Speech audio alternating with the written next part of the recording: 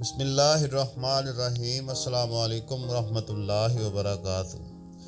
آج جاب سے آتے وقت کافی دیر ہو چکی تھی۔ میں جیسے ہی گھر پہنچی مغرب کا وقت تقریباً ختم ہی ہو چکا تھا۔ میں نے جلدی جلدی وضو کیا اور ویسے ہی گیلے ہاتھ پاؤں لے کر جا نماز پر نیت باندھ کر کھڑی ہو گئی۔ میرے چہرے سے بار بار پانی ٹپک رہا تھا۔ میں بار بار آستین سے صاف کرتی نماز جاری رکھتی۔ نماز کے دوران ہی مجھے یاد آیا کہ میں امی کی دعائیاں لانا بھول گئی تھی۔ آج آفس میں بہت کام تھا، کھانا کھانے کا بھی وقت نہیں ملا۔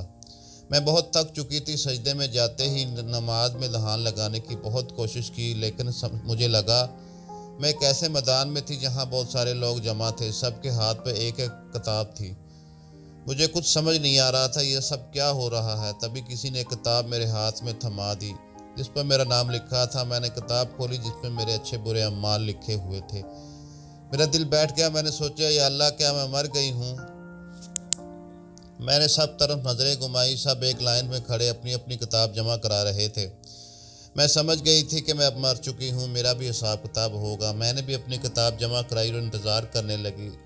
جب سب لوگوں کی کتابیں جمع ہو گئی تب فیصلے کا وقت آیا۔ مجھے اپنے کانوں پر یقین نہیں آیا، سب سے پہلے میرا نام لیا گیا۔ میرا دل زور زور سے دھڑکنے لگا۔ میں نے سوچا، نہ جانے آج میرا کیا ہوگا، آج میرا انجام کیا ہوگا۔ تبھی آواز آئی، جہنم۔ مجھے یقین نہیں آیا میرا انجام یہ ہوگا۔ میں زور زور سے رونے لگی، میری گالوں سے آنسو بہنے لگے۔ تبھی دو خطرناک سائے آئے اور مجھے گھسیٹنے لگے۔ میں چیختی رہی، مجھے بچاؤ، کوئی مجھے بچاؤ۔ سب سہمی ہوئی نظروں سے مجھے دیکھتے رہے، کوئی بچانے کے لیے آگے نہیں آیا۔ میں نے چلا کر کہا، میں نے کبھی کچھ غلط نہیں کیا۔ میں نے چلا کر کہا، میں نے کبھی کچھ غلط نہیں کیا، کبھی جھوٹ نہیں بولا، کسی کی چغلی نہیں کی، سود نہیں کھایا، پھر مجھے کیوں جہنم میں پھینک رہے ہو؟ کوئی کچھ نہیں بولا، صرف مجھے کھینچتے رہے۔ اب میں جہنم کی آگ محسوس کر سکتی تھی۔ اس کا منہ تھوڑی دور رہ گیا اور اس میں ایسی آواز آ رہی تھی جیسے کوئی جانور رسی توڑ کر مجھ پر حملہ کرنے کی کوشش کر رہا ہو۔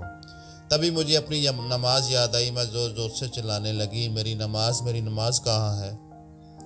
جہنم کا منہ سامنے تھا۔ دنیا میں ذرا سی گرمی برداشت نہیں کرتی تھی۔ یا اللہ، اس گرمی کو کیسے برداشت کروں گی؟